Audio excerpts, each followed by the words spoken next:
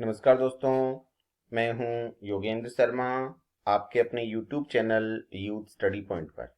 आज है 23 जून 2020 और 23 जून 2020 को जितने भी महत्वपूर्ण प्रश्न हमारी प्रतियोगिता परीक्षाओं को प्रभावित कर सकते हैं, उन सभी पर हम एक विस्तृत चर्चा करने जा रहे हैं। अपनी चर्चा का मूल आधार रहेगा राजस्थान जीके के साथ साथ राष्ट्रीय और अंतर्राष्ट्रीय घटनाक्रम। वीडियो के अंत में आपसे एक विशेष प्रश्न पूछा जाता है जिसका उत्तर आपको कमेंट बॉक्स में लिखना है। तो सबसे पहले हम बात करते हैं उसी विशेष प्रश्न की जो पिछले वीडियो में आपसे प्रश्न पूछा गया था।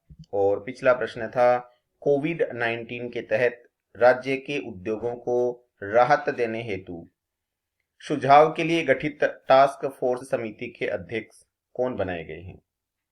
नंबर 1 छत्रपाल सिंह, नंबर 2 गीता रावल, 3 पर है शिवाजी सिंह राठौड़ या 4 पे है सुबोध अग्रवाल।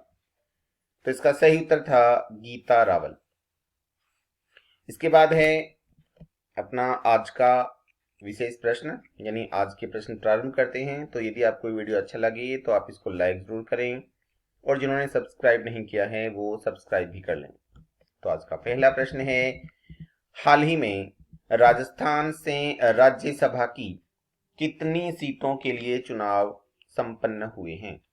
3, 4, 5 या 6? तो इसका सही उत्तर है 3 सीटों के लिए।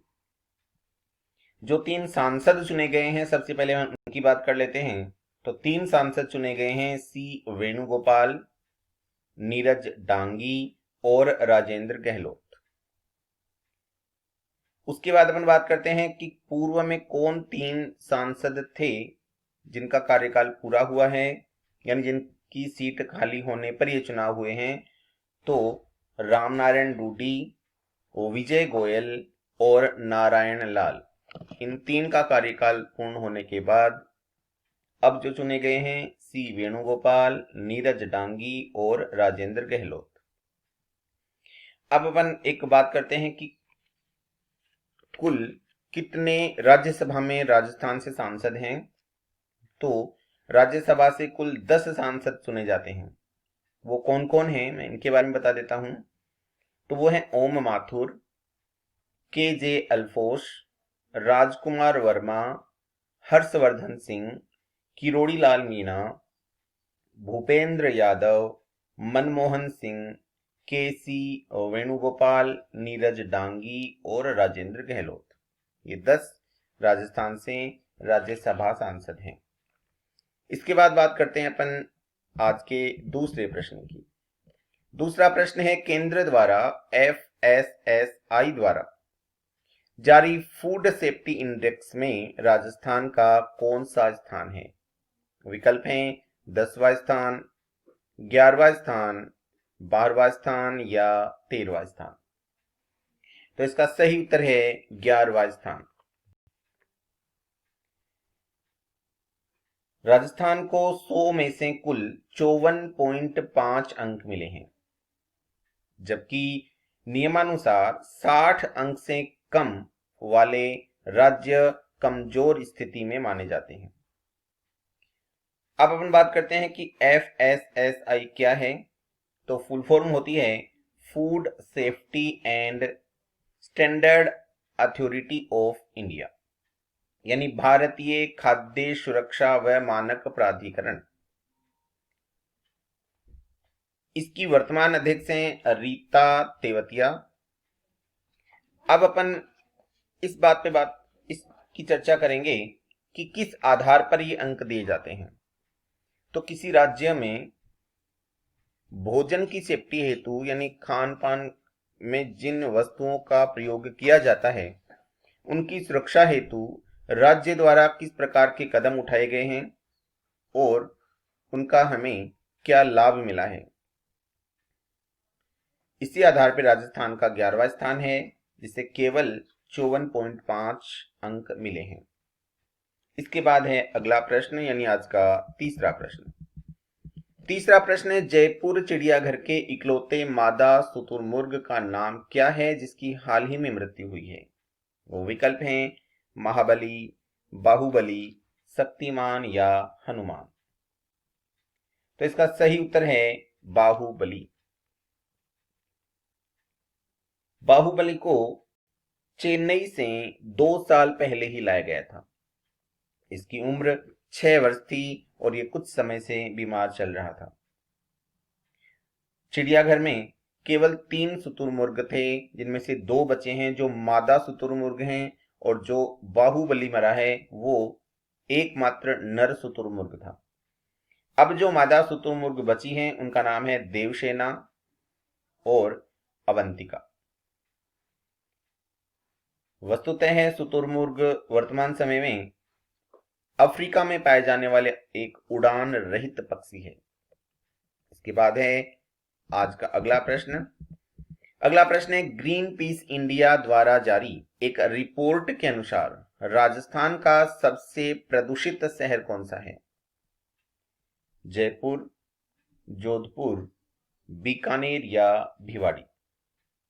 तो इसका सही उत्तर है जोधपुर।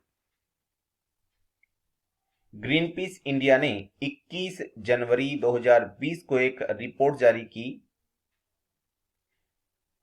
उस रिपोर्ट के अनुसार जोधपुर राजस्थान का सबसे प्रदूषित शहर है, जो कि भारत के यदि कुल शहरों की बात करें तो उनमें 12वें नंबर का प्रदूषित शहर है।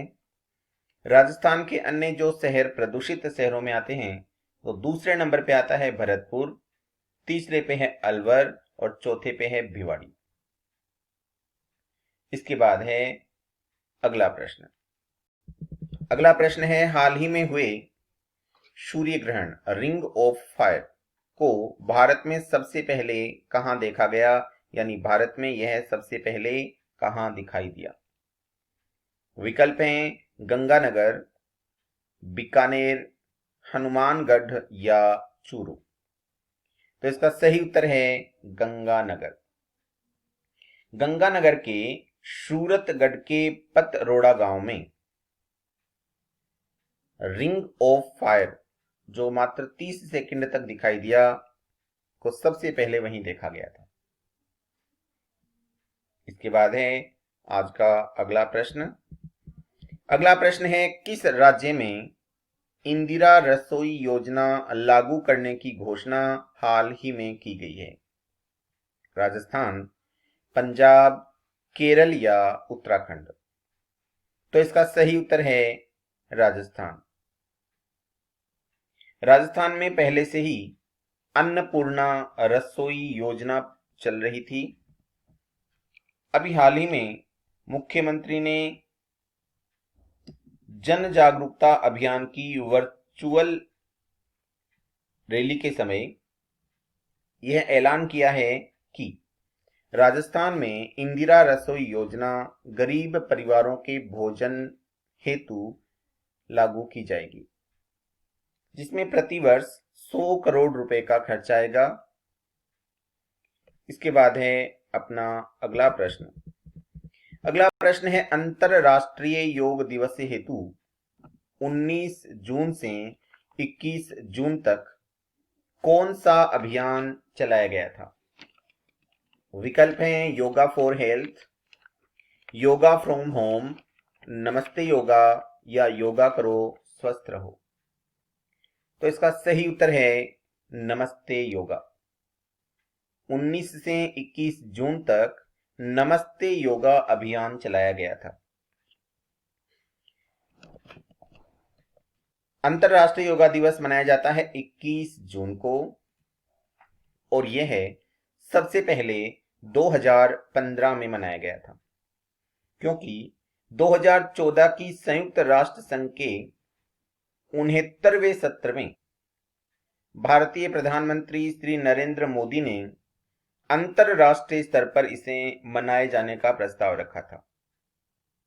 उस प्रस्ताव को स्वीकार कर लिया गया और अगले वर्ष यानी 2015 से इसे मनाया जाना प्रारंभ किया था। पहला योग दिवस समारोह दिल्ली के राजपथ पर आयोजित किया गया था।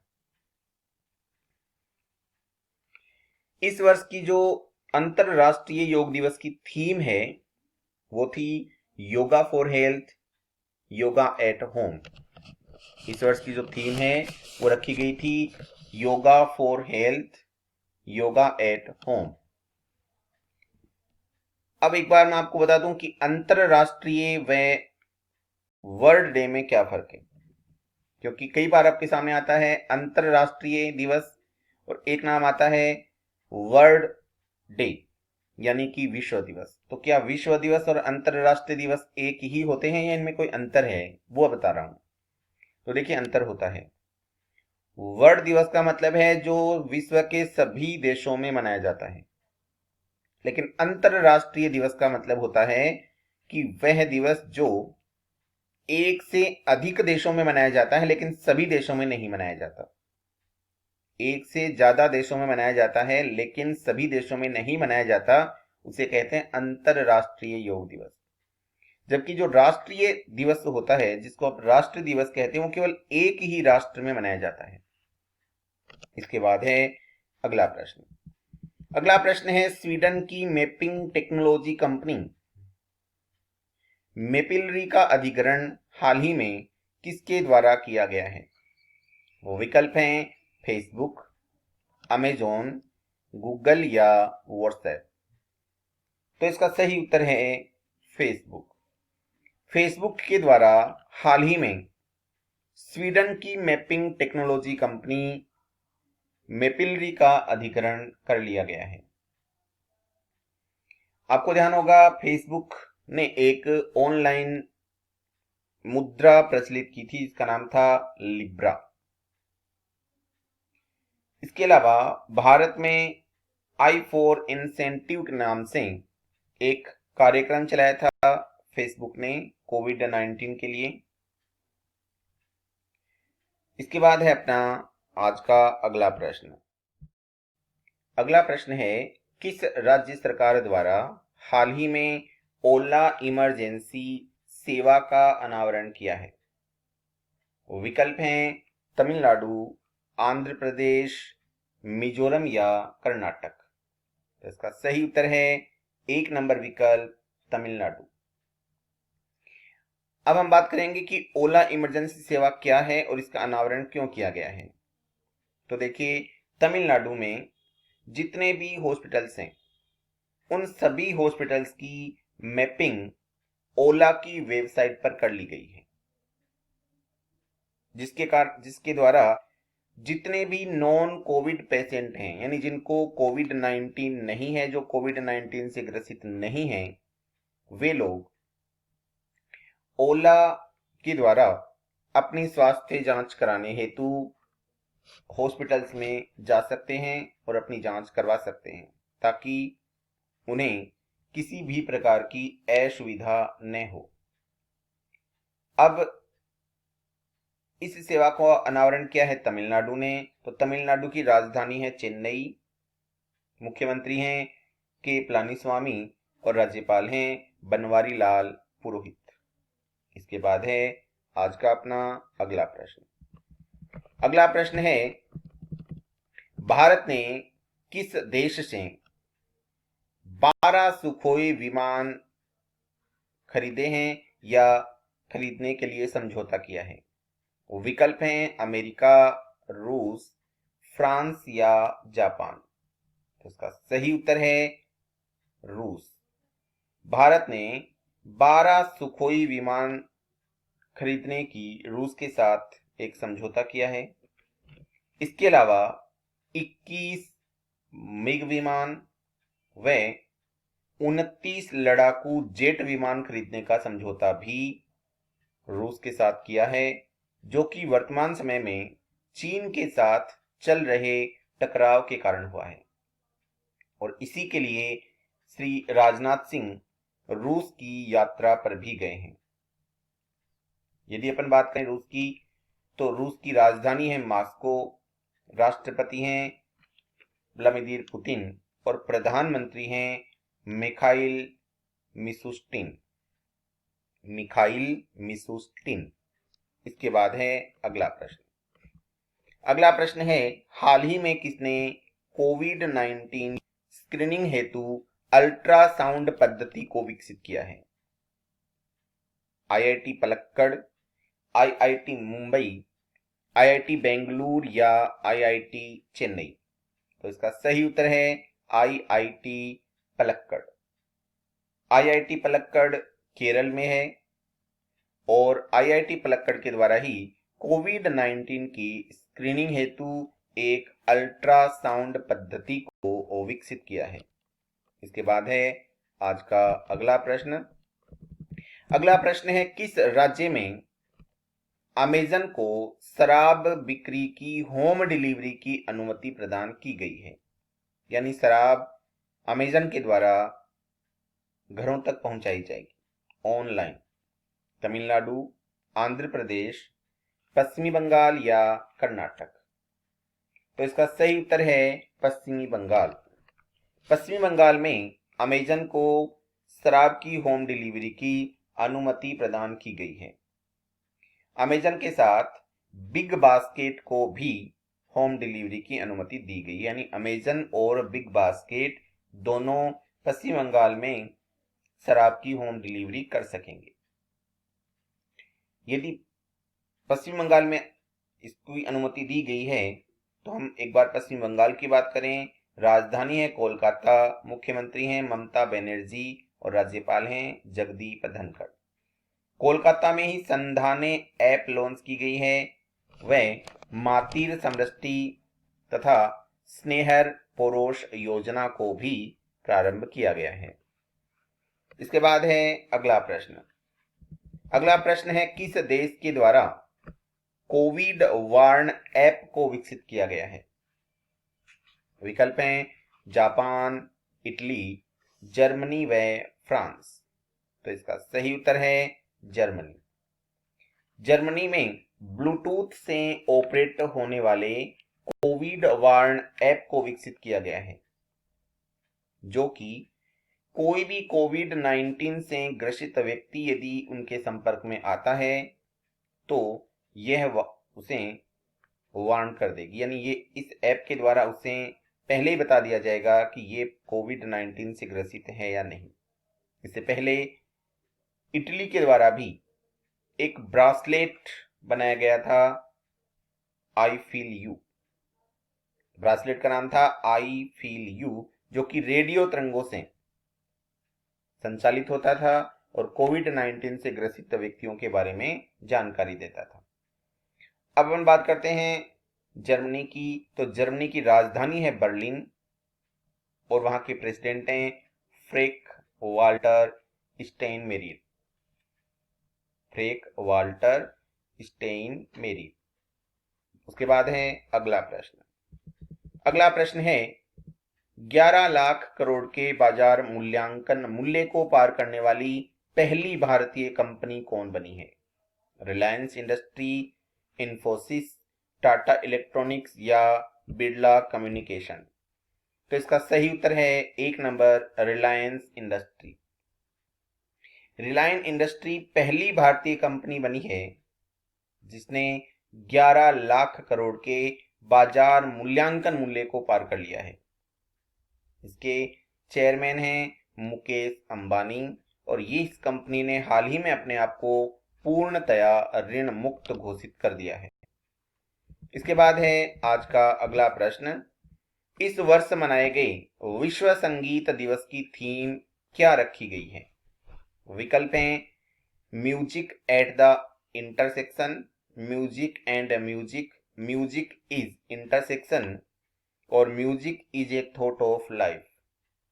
तो इसका सही उत्तर है म्यूजिक एट द इंटरसेक्शन। हाल ही में 21 जून को ही विश्व संगीत दिवस भी मनाया गया था, जिसकी थीम रखी गई थी म्यूजिक एट द इंटरसेक्शन। इसकी शुरुआत 1982 ईस्वी में फ्रांस में फेटे डेला म्यूजिक नामक एक संगीत समारोह से हुई थी। वर्तमान में संगीत का प्रयोग मानसिक स्वास्थ्य की देखभाल हेतु भी किया जाता है, अतः संगीत का वर्चस्व भी धीरे धीरे बढ़ रहा है। इसके बाद है आज का अपना विशेष प्रश्न। आज का अपना विशेष प्रश्न है, गरीब कल्याण योजना में राजस्थान के कुल कितने जिले शामिल किए गए हैं?